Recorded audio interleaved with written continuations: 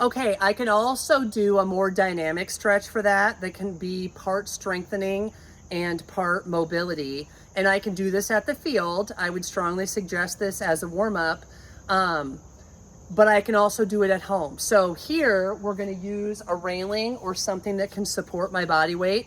At home, you can use a door frame or you can use a doorknob as long as it can control your body weight. What I'm gonna do is hang into the doorknob and then I'm gonna drop that foot across and back while I drop into that hip.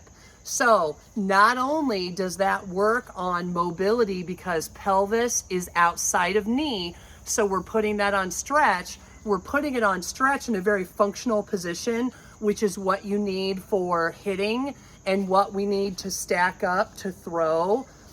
So this helps prepare you in a more specific way. So I'm gonna hang on the pole. I'll show you sideways first. We're gonna hang.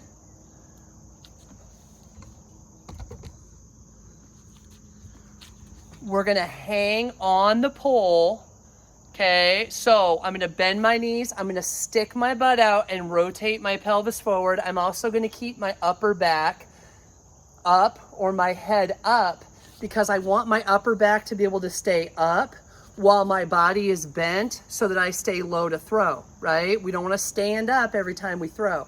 So I need to get mobile to be here. So I'm gonna hang on the railing, upper back up, really drive that butt out, and then I'm here.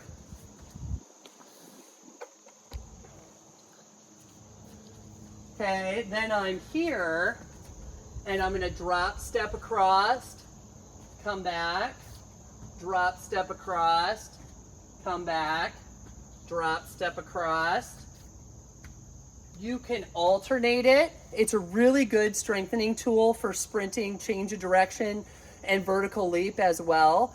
So I can drop and hang, come back, drop and hang, come back, drop and hang, come back, so that I'm improving the mobility, I'm turning that muscle on. So now when I get here and I'm getting into that fielding position, or now when I get here and we're gonna work on hitting, I feel like this is way more supercharged and I'm gonna be able to do good things.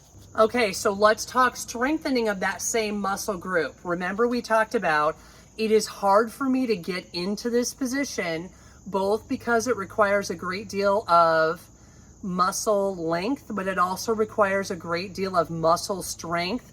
When she talks about staying stacked so that I can throw, that's a huge, huge, huge amount of glute and TFL strength. So I can work on the strength for that, again, using a staircase or a small step.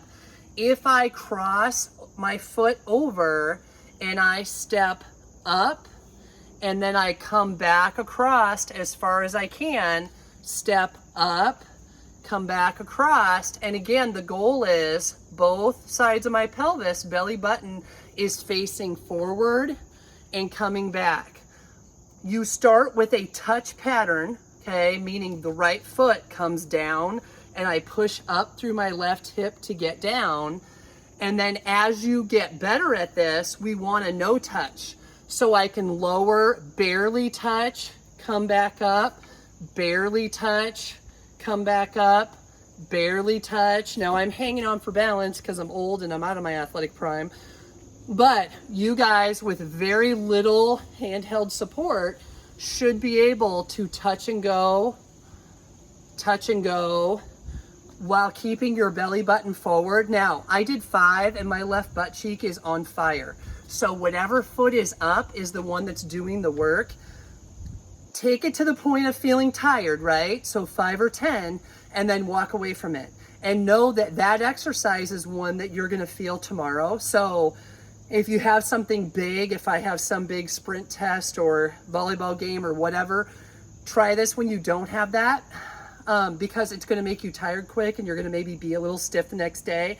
However, if you get to a point where you can do 10 to 20 of those and I'm barely touching and everything's going great, know that you're going to be way more efficient with hitting, way more efficient with cutting, way more efficient with sprinting, have a much better vertical leap.